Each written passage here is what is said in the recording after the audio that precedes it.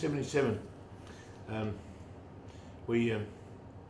Nicky Williams was our coach in '76, and we went after a coach. Coach was Michael Fox and I, and Lenthal actually became our coach, and we got a team came from everywhere. We brought them all over the place, all from all over Australia. They came back to Kilburn. Smarty, JP, a whole box of guys. Out of all of them, I reckon JP at that time was the best footballer to ever come out of Kilburn. Over a period of time, what he done when he went through, he had the ball, the way he played football was very, very hard. Ask no questions and take no prisoners. Bang, if you're gone, you're gone. And it was very good over that period of time in '77, '78. And he was one I still recall. Not that my knowledge is all that good in football, but he won us 2 grand finals with the way he played his football, out on the wing in fights, and God knows what, and held the game up so we could actually have another chance to settle down and play a game. And I give him the credit for that. Over time, as a football, very, very hard. And when we put the side together, and John was part of it all, and all the boys come out and play together, it was the best side you ever seen in Kilburn at that time. So yeah. But he chose to come back and play for Kilburn, and that's his club, and that's what he done. And believe me, a lot of them players in that club, in the 8th grade back then, were very good players. It was very hard to get a spot. For a bloke to play centre half back at that height, it's very tough. What is it about Kilburn though that makes you? Because you played a lot of games at Kilburn. Yeah. What is it about the club? Well, look, we were born and raised there.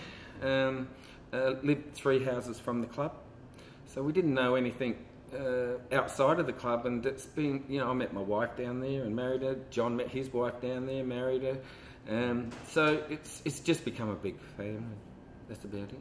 Well, one of my fondest memories of JP was he was playing centre half back, and once again he's too short to play centre half back, but he did it well because he could leap. And we were playing at Payneham Oval. I think it was against. It goes back. I'm too old now to remember all this. Against Sacred Heart, he was playing centre half back, and did a wonderful job for us. And we were about 3 goals down with 3 minutes to go, and I remember him taking a big grab, and then the ball went forward a few times. Christy Baldwin kicked 3 in a row, and we got up and run the flag. So JP played a big part of that day. I think it was in '77. We played a final at. I wasn't playing; I was just watching. At Payneham Oval, and we kicked 17 goals in the quarter. Was that 77? 78? That was in '70, '78. We went through and we were down. We were down by I think 10 goals, and our coach switched the side around. We went out there and finished up. We kicked 17 goals. We went from one side to the other in an actual quarter. We went from 7 or 8 or 7 to 10 down to 7 in front. 17 goals, one quarter. They kicked on from everywhere. And JP took that day. Took the mark like the best mark I've ever seen. Stood on the guy's shoulders. Stood upright. Bang. And as a 14-year-old kid watching that, you think, oh, I'd love to be able to do that. Never got to do it. Dreamed of it. So you could get up a bit. Big flyer. Really? Yeah, very strong. And that day, he just got a ride to the guy back into him. He just got on his shoulders and he was standing on the guy's shoulders and standing upright. And took the ball. It was incredible.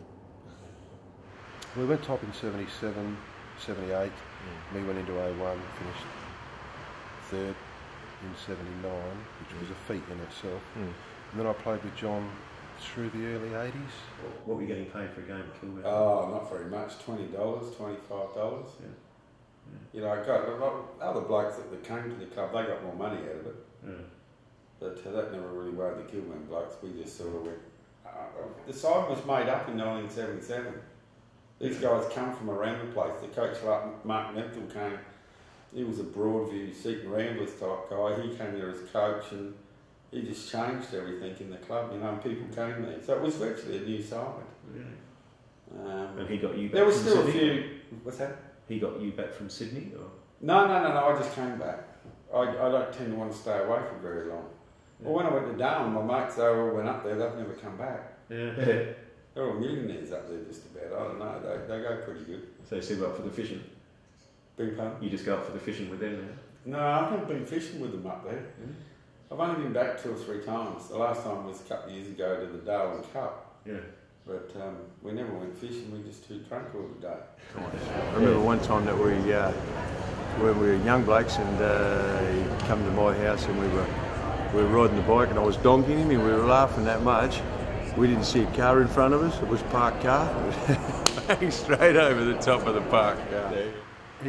He's just one of those, what would you say, lovable larrikin, you know, in the side. Yeah. But all of those stories about, you know, what might happen in the shower, you're having a shower and all of a sudden you feel a bit of warmth down the side of your leg, you look around, it was JP.